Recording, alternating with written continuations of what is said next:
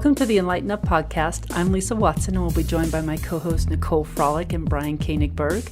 The Enlighten Up podcast is a weekly show that provides an unconventional and refreshing spin on spirituality, where three friends and weekly guests share informative, fun, and usually off-the-wall conversations. Unlike others, we provide fringe and skeptical viewpoints on all topics, because our experience has taught us that the echo chamber is a boring place from which to learn. So regardless of where you are in your spiritual journey, we can promise you you're going to find a place to fit in here.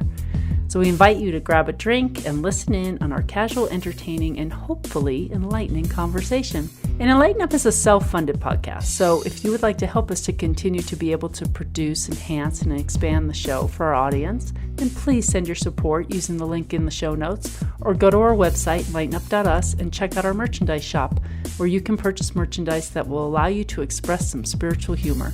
You may also show your support by leaving us a review on iTunes and following us on Facebook, Instagram, Twitter, and YouTube. Thank you all so much for listening and supporting us, and now let's jump right into the episode. Hey everyone, welcome back to the Enlighten Up podcast. I am Nicole Frolick, one of your co-hosts, and I am here with Brian, and we do have Lisa here, but she is a silent voice today. Poor thing has lost her voice, so Brian will be speaking for the both of them. Which, Brian, I think I always do. You always do. You love it. She has a shocked look on her face. Well, we're excited today to bring back a returning guest. Well, we have Justin Deschamps with us, who is a truth seeker, and he studies physics, psychology, law, philosophy, and spirituality, working to weave these seemingly separate bodies of information into a holistic tapestry of ever-expanding knowledge. Justin is a student of all and a teacher to some. He humbly seeks those who are willing to take responsibility for making themselves and the world a better place. We all concur over here. The goal of his work is to help himself and others become better truth seekers, and in doing so, form a community of holistically minded individuals capable of creating world-healing projects for the benefit of all life. What has been called the great work. Justin, welcome back. How are you doing today? Good. Thanks for having me back, Nicole. It's a pleasure. Oh, it's so nice to have you back. You're definitely one of the guests who can illustrate very logically and linearly very complex thoughts into a very simple format. So we love that. Oh, great. Yep. That's what I love to do for sure. So how have you been? Like, what have you been up to lately? Oh boy.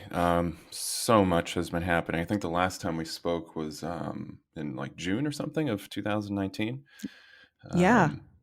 Just a lot going on behind the scenes. I have a really big content project that I'm excited to talk about. Actually, I can talk about it now because we've gotten the green light. So I'm going to be producing videos for the YouTube channel and the outfit Edge of Wonder. Are you familiar with that? Oh yeah, I am. Yeah, so I'm going to get a chance to basically give like college level like course material, but in a really fun, engaging way through the platform. I'm going to have an opportunity to talk about a lot of really cool things. And the first series is going to be the ultimate plan of the Draco reptilians. Oh. So it has a kind of snazzy, sensational title, but really it's going to get into like DNA, science, ascension, how consciousness relates to like servicing others, all sorts of really fascinating topics. So that's been happening. And in conjunction with that, just been, doing the inner work, doing the consciousness exploration, making it an exercise of trying to understand myself and the world and just bring out what I find in the process. So all great stuff. Well, congratulations to the Edge of Wonder gig. That's awesome. And also this idea of taking responsibility for making yourself a better person is a big deal. And I think, I don't know, was it you who said this or someone else, but people aren't as interested in that as they are in the stuff outside of them. Yes, that's something I've definitely said and observed. Yeah. So I really love the article that you posted about a couple of weeks ago on your website, Stillness in the Storm, called A Short History, the Emotional and Intellectual Plague of Suppressed Authenticity, the Abandoned Inner Child. But also with a happy ending, which it definitely did. let's go into that article because we're huge fans of talking about the inner child here at Enlighten Up. And we know that there's just a lot of healing that can occur. And there's so much that our inner child dictates in our reality that we don't even realize. Oh my God, yeah. I mean, geez, nothing could be more important to human life and the quality of life than forming a good relationship with your inner child, I think.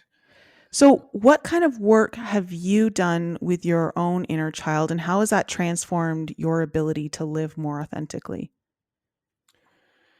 I would say about a couple years ago, this was 2017, I was doing a lot more research into psychology, specifically developmental psychology, because I had read this book called The Origins of War and Child Abuse, which is done by a psychohistorian, Lloyd DeMassy. And what he basically did, using a kind of Reichian and Freudian psychological perspective, he looked back through history to see how much of society and conflicts and the quality of life is directly related to how we raise our children.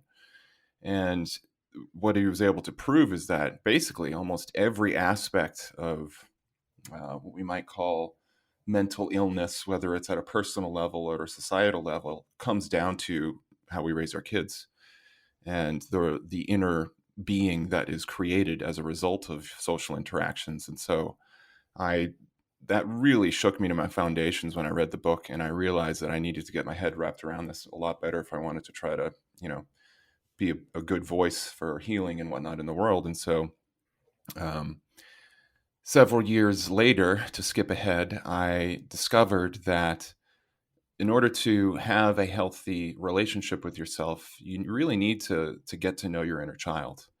And what I discovered was that a lot of the behaviors and beliefs and choices that I had made in my life, which I was influenced by culture and mass media and things, had basically caused me to abandon my inner child. And I had what I think happens to a lot of people. You go through the early stages of life, childhood, teenagehood, collegehood, if we want to call it that, and those are pretty tumultuous times. And then in around 25 all the way up to like 35 or so, there's a kind of stabilization that takes place, and you kind of get a little more secure in who you are. But that's not necessarily healthy. And what I've observed, knowing what I know now, is that basically people just get good at coping with their abandoned inner child. And so what I did is I decided I really need to dive in and look at the blocks that I created for myself, penetrate them, and then unearth whatever toxicity has been sequestered and quarantined by my conscious mind. And in the act of doing so, really form a better relationship with my inner child. And I started that work, let's see, in mid 2018, and I made a lot of progress. But as anybody who's done the inner child work knows, it is not easy. It's I like to use the analogy. It's kind of like trying to learn how to be an Olympic runner while trying to regrow legs you just broke. That is an awesome analogy. It really is. That's so spot on. Um, yeah, the inner child is terrifying for a lot of people, to reconnect with and discover because, what I've recently discovered, and actually many people who've written into me have discovered after watching one of my Raw and Real videos where I shared a memory that surfaced from 35 years ago that I had repressed that had, you know, I had no idea that it had happened my whole entire life since the initial point, the origin point, and realizing what had happened and how that affected not just all of my relationships, but my inability to feel safe in all aspects of my life. And there are so many people who are starting to remember things that they've completely blacked out from their memory. And that's scary sometimes when you think about it. You're like, what am I going to find if I go in there?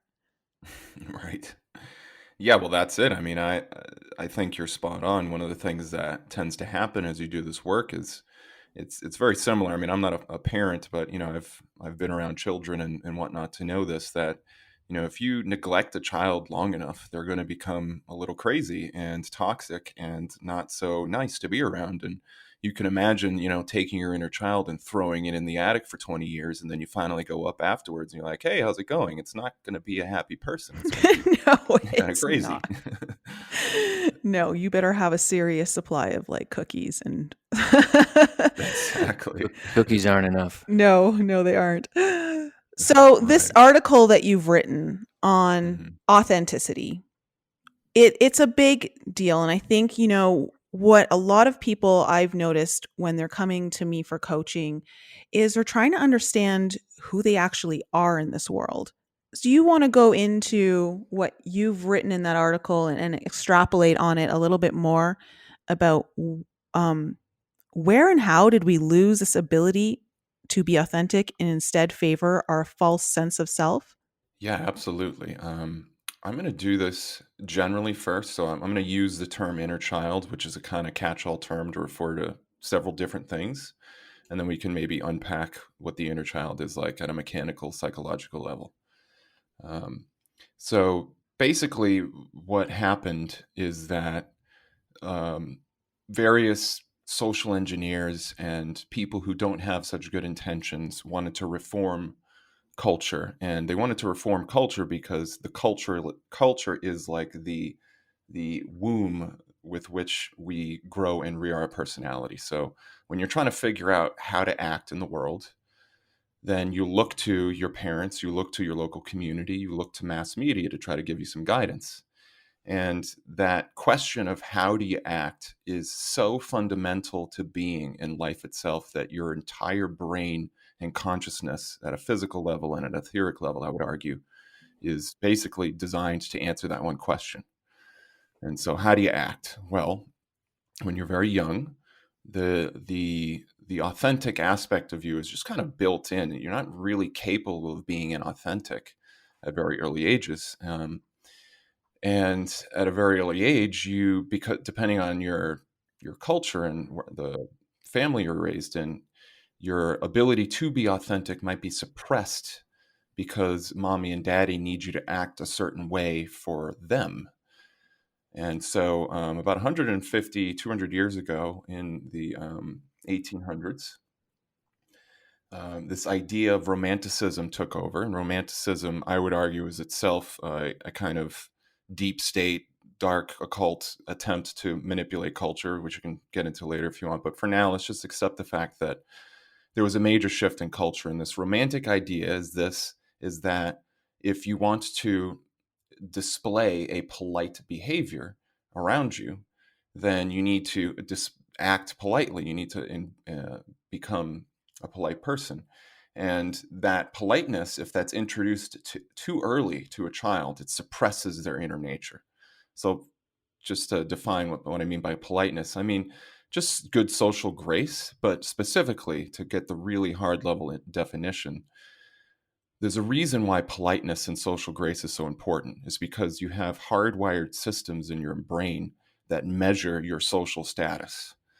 And so if you don't learn how to express your needs and your passions and things like this in a socially coherent way, in a way that is respectful to other people, then you lose social status, and then you get punished neurologically for loss of social status. You'll literally become neurotic. You'll have negative emotions. Really, what part? Okay, how does that happen on a biological level? Do you know, or I do, yeah. So in the brain specifically, it's called the limbic system. So it's the midbrain. That limbic system that manages a whole bunch of different things. Specifically, there's a system in there called the ACS, which is attached to the amygdala, that's designed to assess social status. So it does so mainly through faces, but it also does it using tone of voice, and it has the ability to learn too. So a really good example of this is when you're young, you're an infant, okay? You like were just born.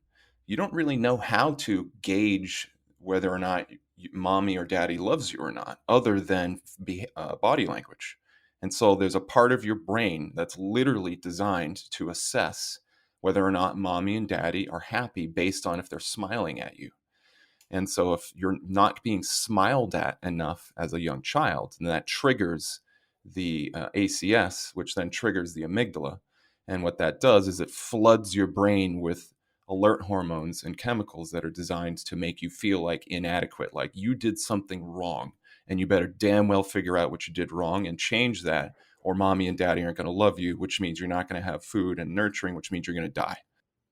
In neuro linguistic programming, there is a statistic that says like what 60-70% of all communication is the nonverbal, that the actual verbal communication is 10-15% of how you perceive something, and it's all the nonverbal physical cues, body language, and tone that trigger how you actually perceive what's happening, not even what's being said, but what's happening.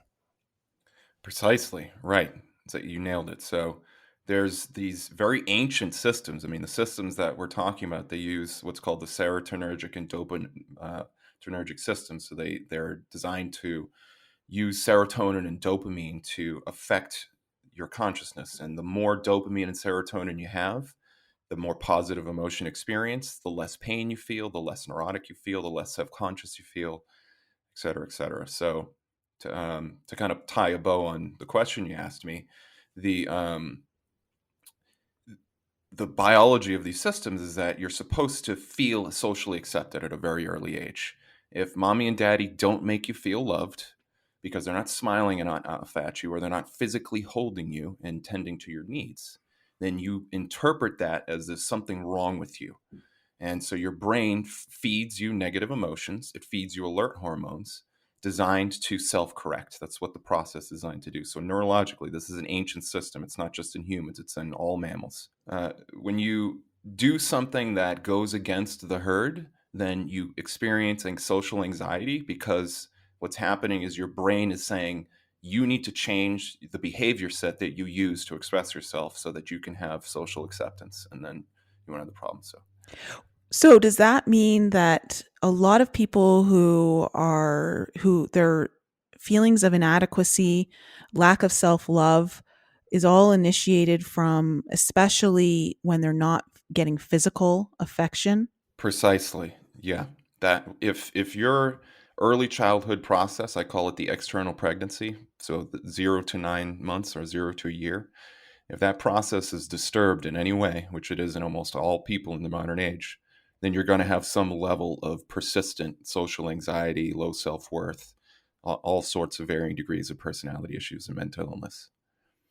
How interesting. Lisa's been reading Yeah. this book called The Conscious Parent by I'm probably going to destroy her name, Dr. Shafali Saberi. And she says it's an incredible book, but not just for parents. That it literally has more. It's like a handbook on life. She says that it's a great book, even if you're not a parent. It gives you such an understanding of our own unconsciousness, where it stems from, and how to choose conscious living. And it's about, it's a way for you to parent your inner child, because that's the conscious parenting doesn't have to be, your own child. It's like you were saying, Justin, you don't have kids, but you still need to be a conscious parent to yourself. Yeah, precisely. I couldn't agree more. And learn how to minister to the inner child of other people. I mean, just to skip ahead a little bit, if you can learn how to minister to your inner child and the inner child of all people, because they're fundamentally the same type of a template, your ability to, have social grace and manage good relations in your life, have good connections, familial, all sorts of things, just like go through the roof. So, yeah, essential life skills. So yeah, I mean, the inner child, to get back to our analogy here, when that process is disturbed, you end up having personality issues for many reasons. You learn how to interface with the unknown and to manage your emotions socially through your parents. And so if they physically just don't smile at you enough, or they don't hold you enough, or when you have needs, they shame you or they neglect you, or, one of the things that was told my mother when she was having me in the 80s was that the best way to handle a child is to let them cry it out in the crib alone, which is like one of the worst things you can do developmentally for the child. So um, all that initial phase will create the initial, what I would call primary abandonment complex, or in other words, the part of your brain that says, how much can I trust the people in my life? If you have a disturbed external pregnancy, then you will always have some part of you that doubts your social connections with other people. And social connection doubting with other people is reciprocally the problem of doubting yourself. So it's both things. They happen both sides of the same coin. And so later, when you become a toddler, that manifests because now all that internal stuff that you were experiencing as an infant now gets expressed outwardly when you're in the toddler phase. And that toddler phase, as we know, it's pretty, messy depending on your parenting. Terrible twos. Exactly, and rightfully so. When you're a toddler, you don't necessarily have the ability to think about politeness, or you shouldn't. And so you should be extremely authentic. You should just let it all hang out. And mommy and daddy should let you do that, but also create a space to socialize you and teach you how to, understand that your actions and behaviors affect the inner childs of other people. And if they use an emotional resonance parenting technique, which I'm a big fan of, then the child will learn how to minister to the inner child of others, and there won't be this kind of like emotional combativeness that happens. So Lisa just wrote down that non-vaginal births also can have psychological effects on children's. yes, precisely. Yeah, there's a whole, yeah, that's a big part of it for sure. Interestingly enough, a child's ability to clamp down on the nipple, if the child is not born through the vaginal cavity, or if they're born through a C-section, they often have an inability to clamp down on the nipple. And there are certainly exceptions to the rule. My daughter Certainly. didn't have any problem breastfeeding, and she was not born vaginally, but then again, as a teenager, she accused me of horrible things. So, maybe there's something to it.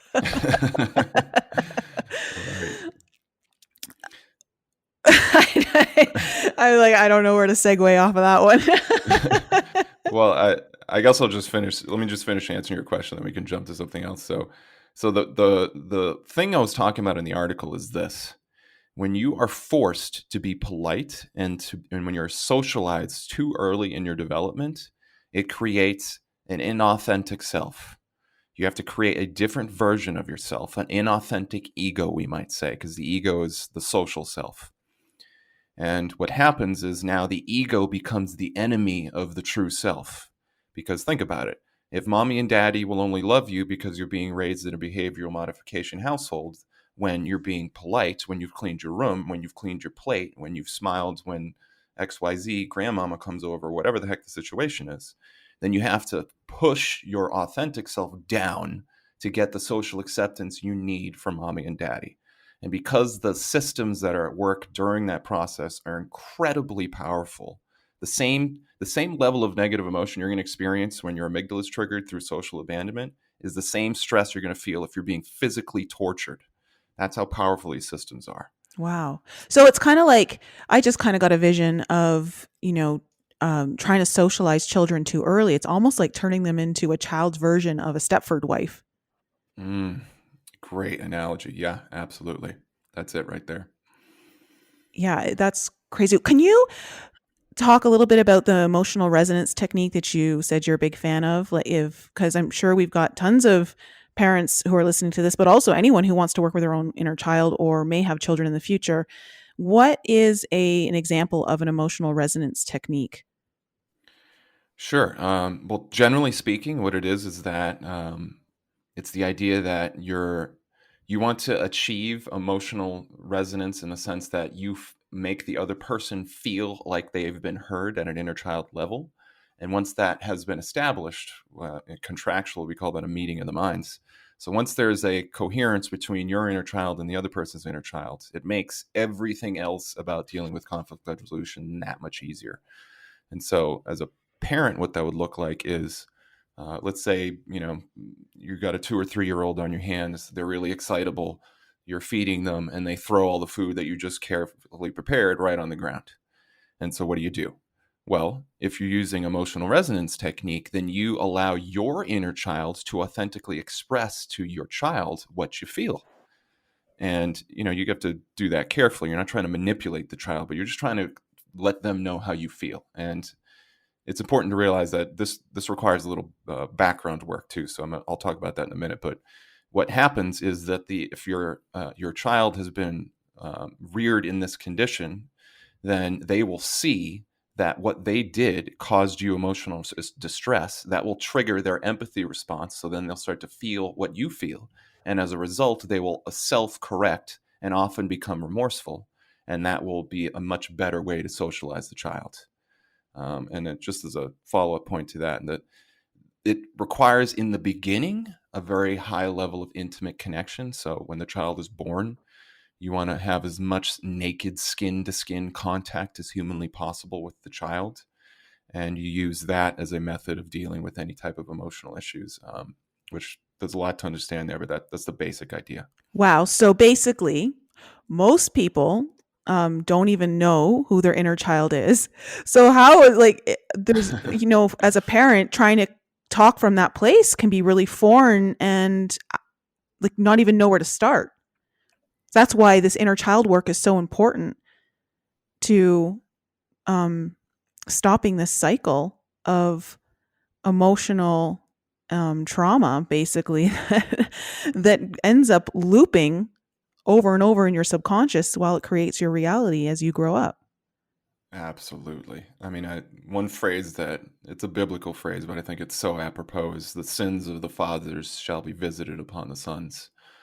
And it's this idea that if all the stuff and crap that you refuse to heal in yourself will now become baggage and trauma for your children to deal with. Huh. That's big. Maybe that's what that actually means.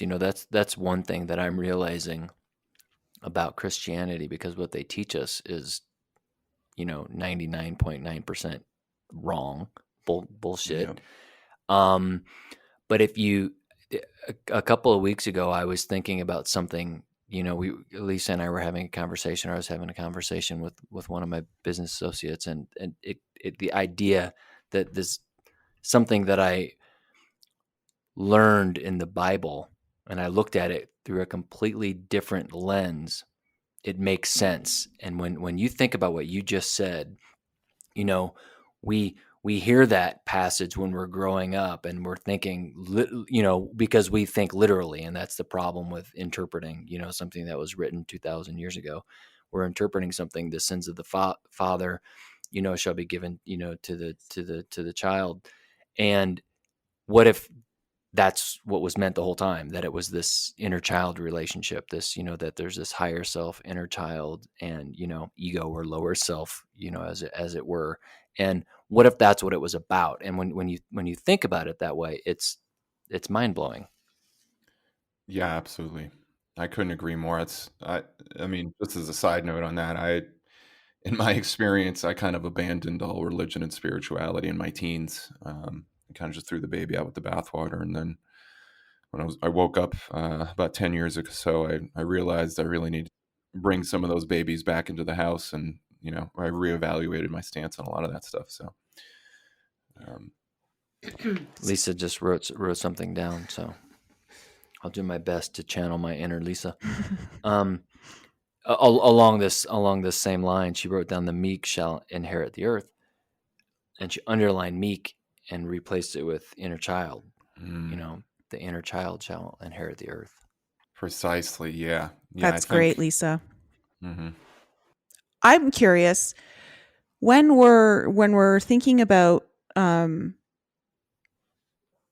becoming more authentic in our life, in how we show up, in how we live our day to day, what are some of the blocks that are different between men and women that they face? Like, what are some of the things that men especially have to deal with through returning to authenticity, and what are some of the things that women have to deal with? Oh, great question. Okay, in order to answer that, let me lay out a little bit about like what the inner child actually is, and I think it'll make what I'm about to say a lot more sense. Um, okay, so if we like unpack what the inner child is, because in the beginning I mentioned that's kind of like a catch-all term. In my understanding, this is what the inner child is. The inner child is first, it's the instincts and inherited proclivities of your body. So your body is itself a community of cells, and your spirit is like the governor of those cells. So if you think about it, it's like it's a group of people in a sense. They have their own tastes, their own desires, their own needs. And that body itself has a whole bunch of needs and instincts it was programmed for. One of them is social attachment. So you have, like I was saying, there's a whole part of your brain and body that's designed to constantly assess your status, your social status. And if you refuse to work with that biological need, then that creates an antagonistic inner child. And so your conscious mind is the spirit, that's the governor. It is indwelling the body, and then its choices, the way that you actually think about life and you value life, which is a personal thing, determines the character and quality of the inner child that gets created. So in this sense, you might think of the inner child as the birth of your conscious mind and the body that you've inherited, the feminine body, so the masculine consciousness and the feminine receptive body. And so that means that everybody's inner child has two components. There's the hardwired part that's kind of the same for everybody. Like everybody's body needs water, it needs food, it needs physical intimacy. And then there's a bifurcation because of body dimorphism, meaning that you have men and women, you have a feminine and a masculine. And so if you are a man, your inner child is characterized by manly qualities, to put it simply. And if you're a woman, then your inner child is characterized by feminine qualities. And so one of the challenges of trying to heal your inner child, especially in the modern age, is that the way that it's created is the interaction of your conscious mind, which is somewhat fluid and dynamic, with the hardwired aspect of your biology.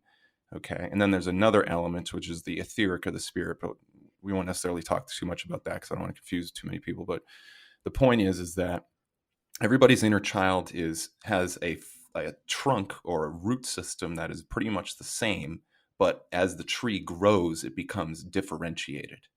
And so one of the challenges that men and women have to face is that a part of you, the inauthentic self, the false self, is the part of you created to interact with the world. And so if this is something I speak to as a good example, women are plagued by princess programming and Disney programming. Okay. So that means that, and men too, but I'm just going to focus on women for the moment. There's whole aspects of your femininity, biologically and spiritually, that are denied with the cultural self that is created for you as a template via Disney programming. Which means that if you try to embody the Disney ideal self that is projected onto you, you'll be denying your own biology and your spirit, and it will create problems in your relationships because you don't have the right tools because you don't know what the hell you're doing. It's like getting a car and then not knowing how to drive it properly. It's obviously going to cause you stress and problems. And so, I would say at a feminine and masculine level, there's, and this is probably going to open up a whole discussion, but, there's certain, let's say, I'm going to call them superpowers because frankly, that's what they are.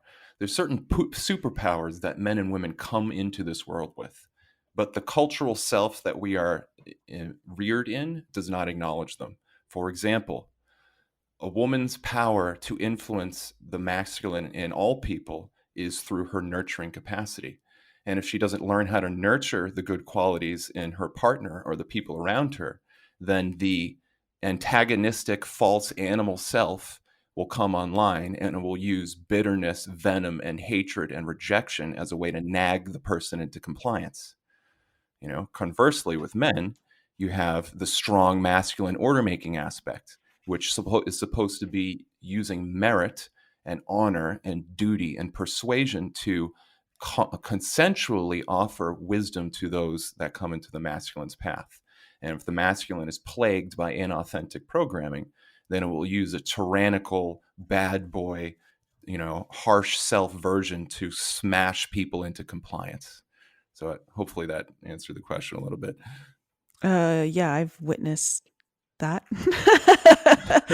I witnessed that a lot. It's definitely applicable, I think, to them. I think most people have seen that. I mean, I look at some of my family or friends' relationships, and I definitely see the nag in the woman, and it's painful. It's like listening to nails on a chalkboard. I feel horrible for the man who has to listen to it, but then I've also, on the flip side, seen the pushiness or aggressiveness of a man who's just basically doesn't feel like he's being heard properly, or understood. Right. So yeah, I think, ultimately the solution, the silver lining to all this is we have the ability to learn how to communicate with our inner childs again. And I think, it has to start from within. Like you're not going to be the master at talking to other people and interacting with other people until you figured out what your inner child is, because your inner child is going to pull the strings behind you and you're not even going to know it. And this is what happens, is that we're raised in an inauthentic world. You don't form a good authenticity with your own inner child. So you suppress your own instincts. When you feel a negative emotion, instead of giving it a space to express that and hear its complaints, then instead you suppress it and you never listen to it. And then one day, the inner child, which is part of your brain, it's the limbic system, right? It takes over your conscious mind. It says, screw you, I'm coming in and I'm getting my needs met. And then that's when people have psychotic breaks and mental breakdowns, and they develop schizophrenia and all these things. So Interesting. So I was just thinking about how, we talk, this obviously is a spiritual podcast. We talk about the awakening process. And I can see how a lot of people get awakened when their inner child is like, this is enough. We need to change the way we're living because I can't do this anymore. And I feel like a lot of people are starting to become awakened through the incessant, um, we'll call it like nagging or calling upon you to be heard, seen, and remembered. yeah, precisely. I mean, I would go as far as to say that, mental illness, especially like bipolar mania or depression, is itself the fact that you, as the conscious mind, the governor of your own body, have not been an honorable governor, which means you haven't listened to the complaints and grievances of the people, your own being. And then what happens is you go through depressive cycles because the part of you you're suppressing eventually just pushes through and forces your hand. And I'm sure everybody's experienced this. You have this moment where it's like you just can't get this thought out of your head, this like nagging, incessant thought to do whatever, maybe to go out drinking with your friends, or indulge in some depressive thing, or it invades your mind as like a nagging. I'm trying, the words escape me right now, but everybody's experienced this to some degree, and I would say that is an indication that there's some inner work to do. And that is actually the step. I would argue it's a door that you can walk through to begin the self-healing process. Because the bottom line is, at a cultural level, I would argue, we do not as a culture acknowledge the phases of personality growth that need to happen spiritually in order for you to grow and mature properly. And so effectively, as far as I can tell, what's happening is the personality that you created when you were 3 and 4 years old to help you manage the fact that you had to suppress your own inner child is the same immature, primitive personality most people are walking around with for the rest of their lives. And so they end up sacrificing opportunities for authenticity to try to hold on to that little specter of stability. And in the process, they end up, causing a lot of problems for themselves individually and personally, and or socially, and things like this. I liked your imagery of the governor and Yeah, the people. I agree. That's very good. That is like crystal clear. That lands very easily. So I think a lot of people will get that. So if as a man, Justin, how did you connect with your inner child? Like, how did you start the process? Oh boy. Well, I first had to admit that I didn't have it all figured out. I think, everybody handles this to different ways, but there are like kind of patterns that form. Um, so what I'm getting at here is that a few years ago, I had had my awakening. I had got an awakening experience is itself a kind of personality reconstruction phase. And so I had gone through a lot of reassessing of my life, but I never really penetrated deep layers. It was all about, conspiracies and things like this and rediscovering cures for cancer and all that great stuff. All good, don't get me wrong. But then at around 2017, I just didn't feel satisfied. I felt dissatisfied. And frankly, that was my inner child being like, okay, yeah, you've got a lot of stuff figured out, but you're just getting started, homie. And so, it took me time to really self-reflect and break down the barriers I had put up to myself, which was, you don't have it all figured out. You might have somewhat of emotional stability, because for me back then, I was a fairly emotionally stable guy. I would review pretty intense information like Gate and, all sorts of crazy stuff like this. And I didn't really feel a whole lot of negative emotions as a result. And so I was like, oh, I must be like really spiritually mastered. And boy, was I wrong. So, I just went within and I started to, what happened, and I'll just be a little vulnerable here. I had gone through a relationship where it was my first attempt to have a relationship where with the idea that a family would come out as a result. And so it was taking aspects of my early childhood. I don't know about you guys, but as a kid, I would have crushes on girls, and I would thinking about, being married and having kids and what that family life was like. And, later in my teenage years, dating was like so traumatic for me that I was just like, you know what, screw all of that. And I kind of just like left all those dreams by the wayside. And my dating romantic life was kind of in shambles afterwards. And so I kind of allowed myself to go through a mirror moment where I'm like, you don't really got it figured out. You think you're doing all this stuff. You think you're adept. You think you're the monk in the cave who's doing all these great things. And maybe you are. But is that really because you're the master, or is it because you've just walked away from your own trauma and baggage?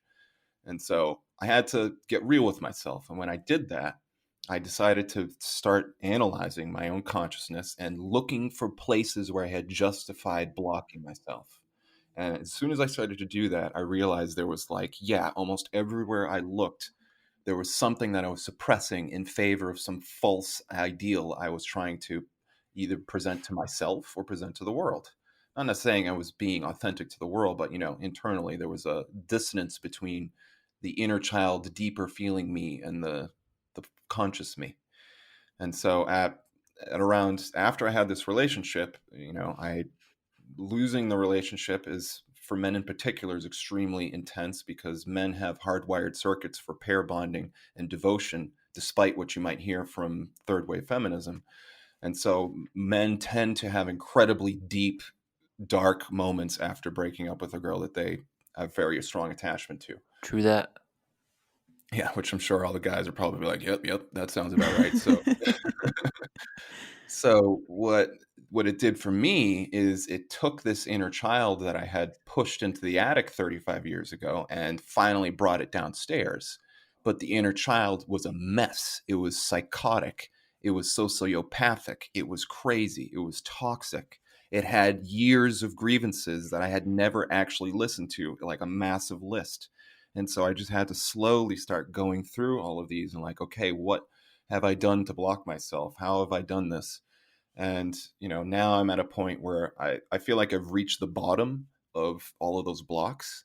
And I've just probably in the last couple months or so have a much more authentic internal world where as soon as I feel something come up in myself, as much as I can, I try to put the brakes on whatever I'm doing.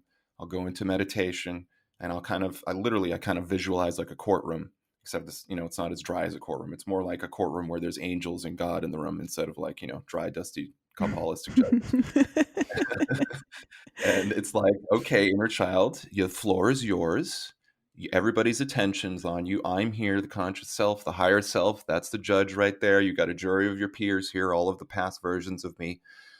The floor is yours. Go ahead and share whatever needs to be shared. And I would just allow that child to express itself and hear it out. And specifically, I'll get off my soapbox here in a second. Specifically, what I would do is the inner child would have all sorts of desires, and desires are themselves are articulated plans of action to deal with deeper instincts and values. And so the inner child work is you want to take those instincts and values that have been expressed as a very specific desire, which is often pretty toxic, especially if it's a damaged inner child. Like, oh, my girlfriend broke up with me. My inner child wants to like rage hate her online because I've been hurt. Okay, inner child, that's not what we're going to do, but I hear you. What you really want is you feel denied that this person you put into a role of trust and authenticity for you betrayed your trust. And I get that. And secretly, what it really is that you don't hate them. You actually love them, and you wish that you could still have a trust level of relationship where your desire to love and minister to them could find purchase in their soul. But don't worry, we're not going to squelch that desire. That desire is a valid desire, but we're going to take that and we're going to, excuse me, express it in a new desire that is more balanced. And that's, for me, that's what the inner work is all about. It's about taking these damaged inner child desires, disentangling them, creating more holistic, socially beneficial, authentic ways of expressing that need. And now I become a better governor to the people of my own being. Wow, thank you so much for sharing part of like your process. That's really interesting. I've never heard anyone take their inner child into a courtroom before. That's so. I was like, that is Justin. He would do that. Right. Yeah. Exactly. My inner child usually shows up in the forest. We're in the forest because I growing up, I had a big forest in my backyard, and it was my happy place.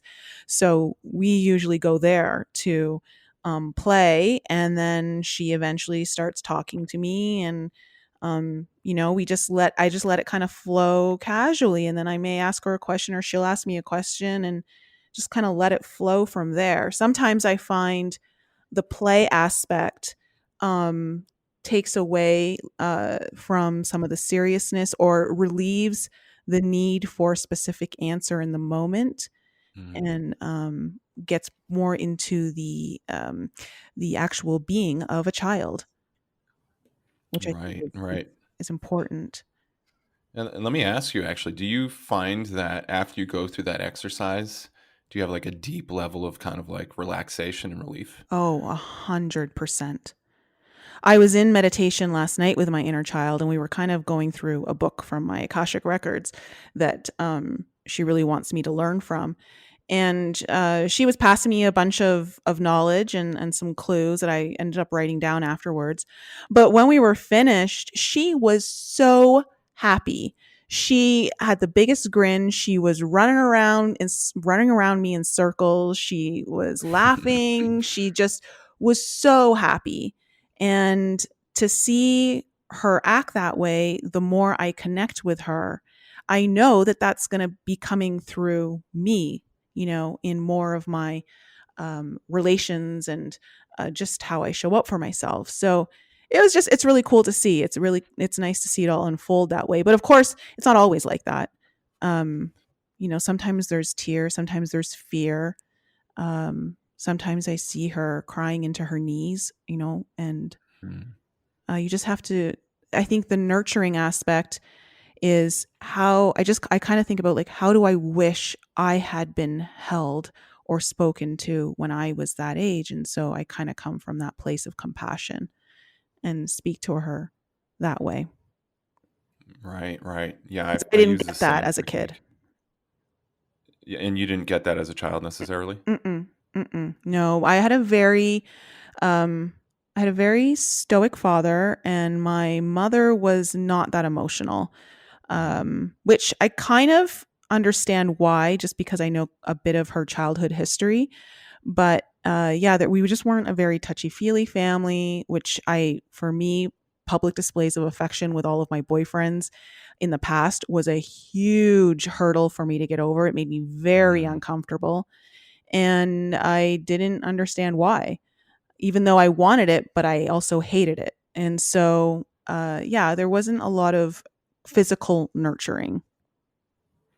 Right. Yeah, that makes perfect sense. Because at a certain level, the way, like we were talking about earlier, the way that you learn to act around other people, especially at an intimate relationship level, is through your parents. And so if your parents, what I call the microculture, if the microculture didn't give you a way to express your desire for affection in a way that was okay, then you won't necessarily feel okay in your own personal relationships later. Yeah. Does that make sense? Mm-hmm. Yeah. Absolutely. So I kind of want to take this conversation a little somewhere different, but still Okay. on topic.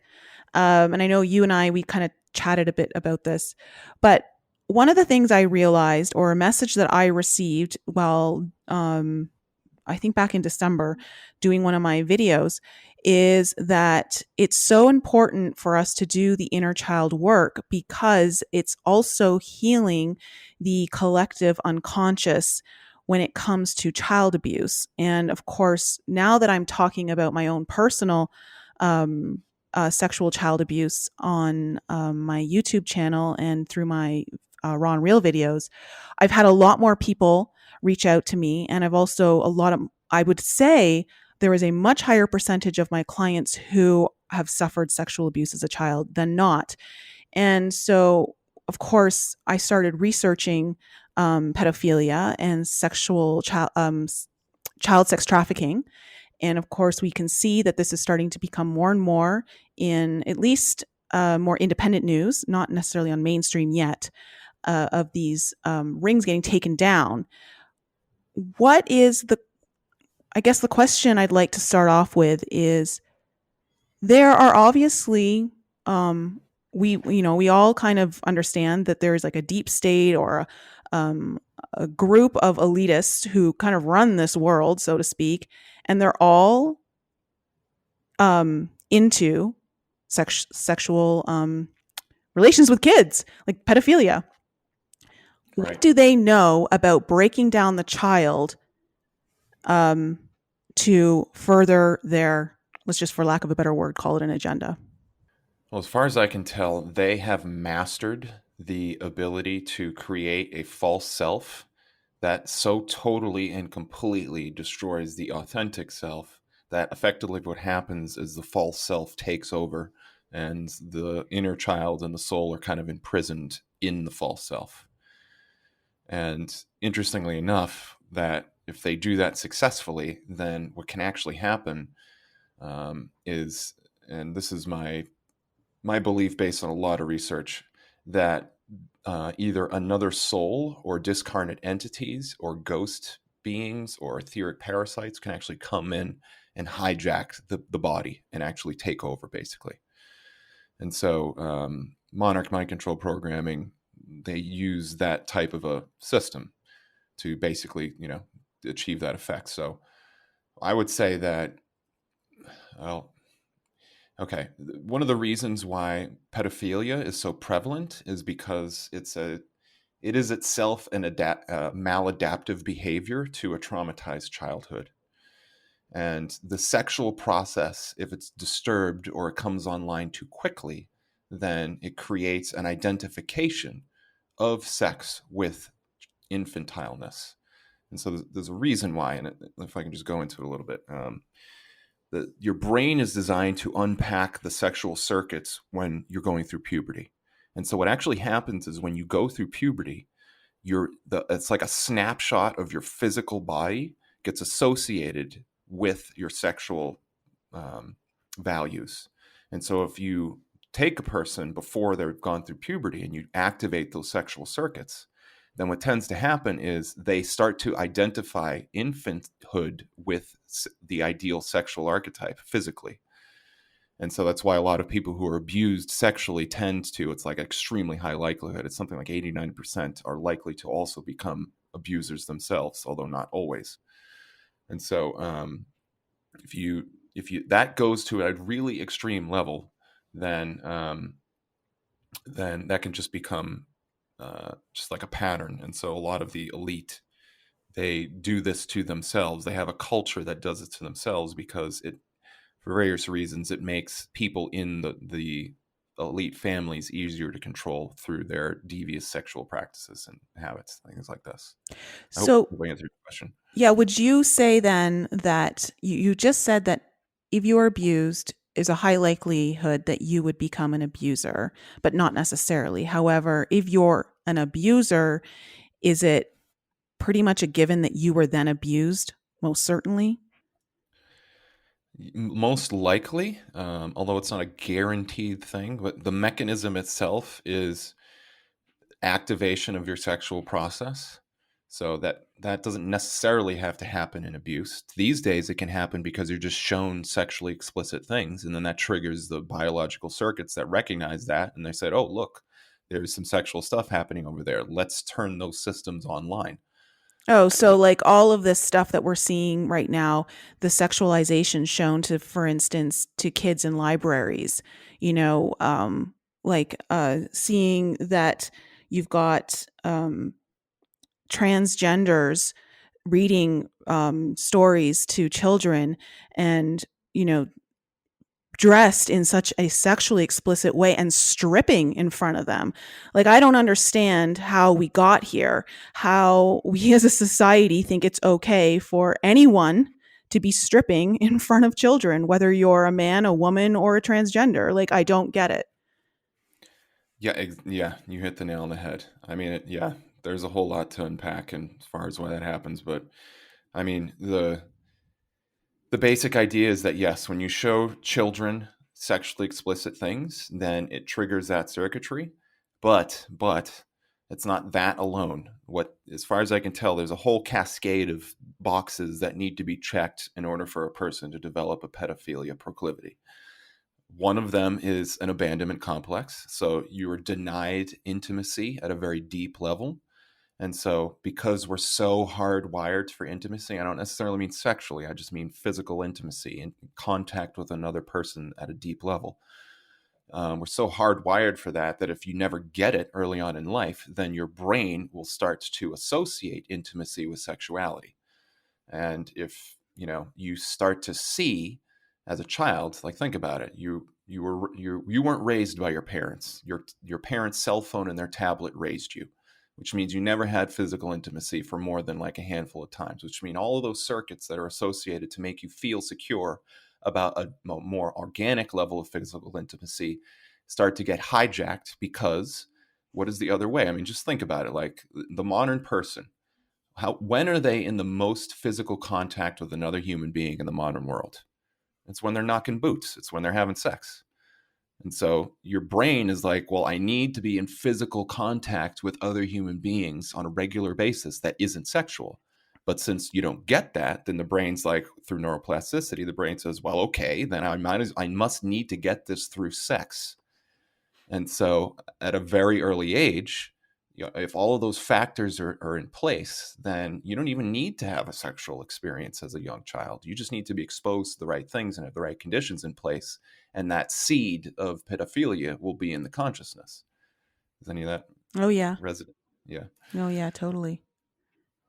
Well, let's end on a light note. Yes. um, so I'm curious, what are your beliefs of how much we can affect the collective unconscious through our own work on our inner child? And what do you think is available to the healing of the collective from that?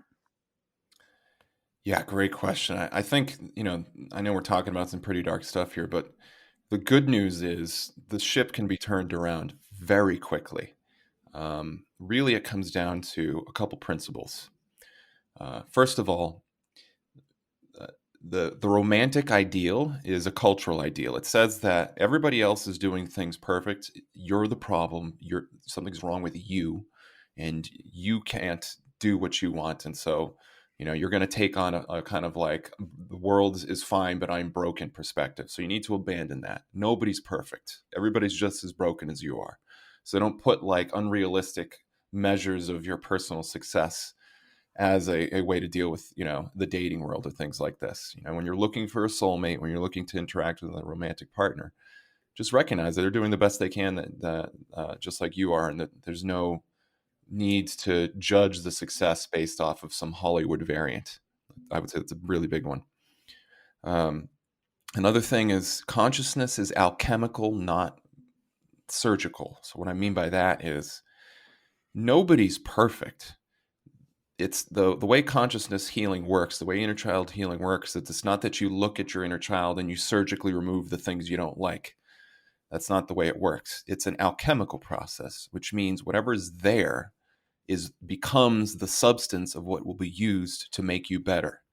So it's a holistic love type of approach. That's the way alchemy works. Alchemy at a very deep principle level is you're not adding or removing anything. You're taking the goodness of what's there and you're enhancing it through your processes and through your work.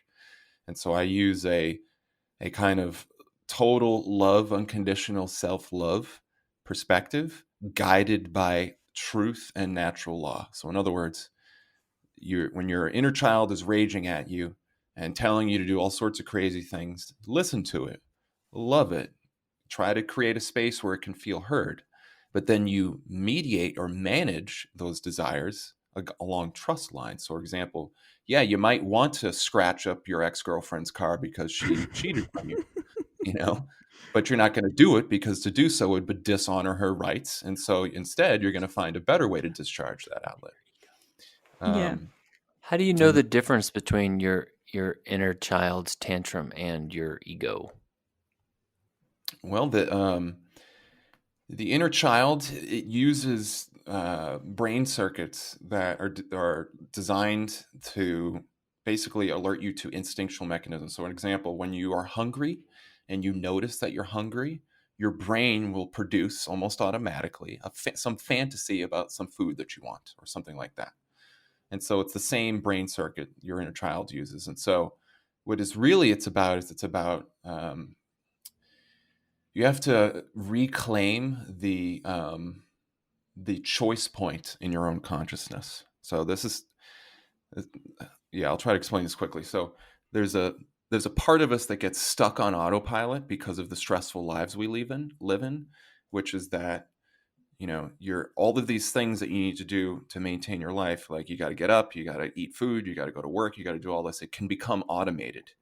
And so once it's automated, it's like the instinct triggers for you to get up and you just let it happen, but there's no choice point.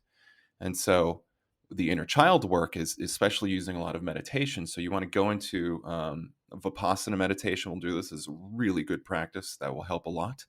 You can also do conscious breathing meditation. So this is what you're doing when you find yourself being, when you find your inner child offering you things to do, like instincts, impulses, things like this. Just sit with it for a moment. Just breathe through it, and you just observe it. And what that does, as it's a muscle, so it doesn't happen automatically, but it actually reclaims that ability to have a choice point.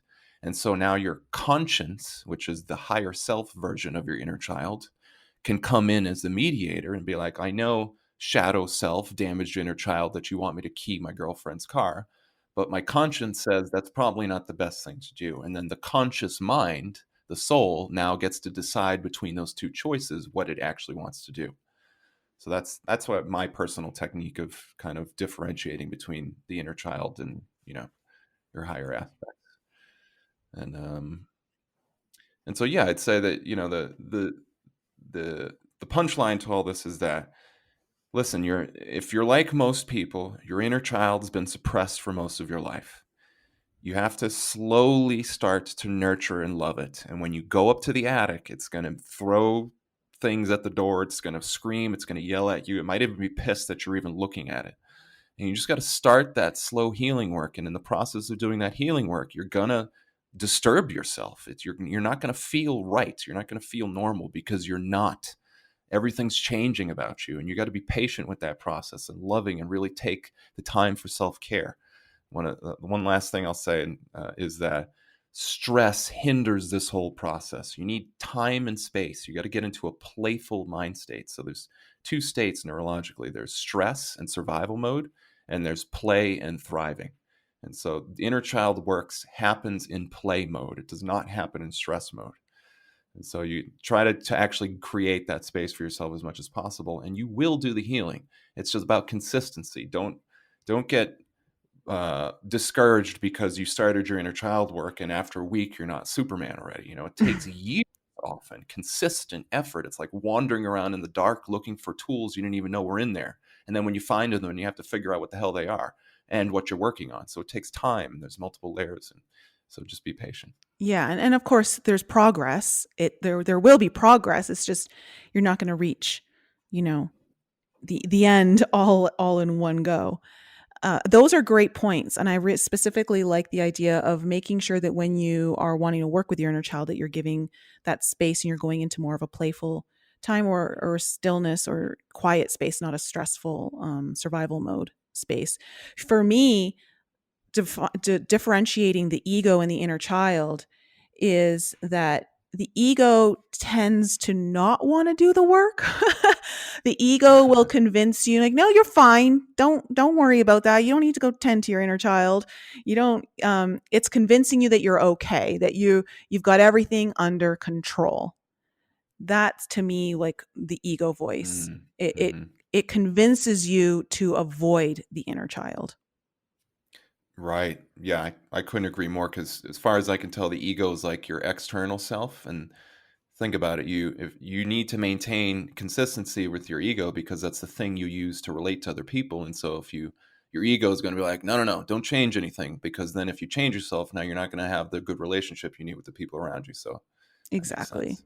Yeah. Anything fear-based. Right. Well, this was a great chat. I of course love having you back on the show, and thank you so much for all of the information that you've shared here. You've definitely left a lot to unpack, and I think many of our listeners will really enjoy listening to this probably a couple of times. There's great information there. Do you have anything going on or anything you want to promote to the audience besides your Edge of Wonder new stuff coming up? Yeah. Well, first, I just want to say thank you so much for having me back on. And it's really a joy and a pleasure to talk about these things, which I don't get too often to talk about. So, definitely check out stillnessinthestorm.com. There's a lot of cool things going there. I've got multiple different projects and things that are happening. So you can see a lot of the work that I'll be doing and promoting in the future will be on that site. And just keep your eyes open, because there's a lot of amazing things happening this year. We didn't necessarily talk too much about big events, but as far as I can tell, this year is going to be huge in a big way. So buckle up. Don't get too crazy. Make sure you're having plenty of time with your inner child, because it's going to be a fun year. Oh, yeah. It definitely is. Thanks so much for coming on the show, Justin. And to our audience, if you're also interested in understanding how to work with your inner child, the book that Lisa and Brian mentioned, Conscious Parenting, is a great book to pick up.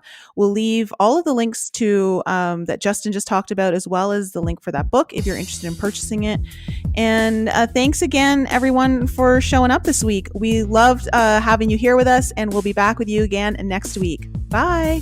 Thank you all for joining our show. We appreciate you tuning in and supporting us. If any of you have any questions you would like answered on the show, or any guests that you would like to hear on our show, please email that information to us at info@enlightenup.us, or send us a voice message using the Anchor app. There's a super cool feature on there that allows you to send us a message or ask us a question with a touch of a button right from the app.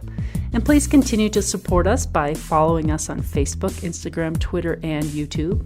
And if you haven't checked out Nicole's channel on YouTube yet, head on over there for some more insight from her, or you can visit her website, inflexibleme.com, where you can book a personal coaching session or a tarot reading, watch some of her most informative videos, or you can sign up for her newsletter. And if you're interested in some light language healing, head to my YouTube channel, lisaloveslove.com, or send me an email to lisa@lisaloveslove.com to inquire about your own personal reading. Thank you again for joining us and supporting us, and we'll be back with you all next week.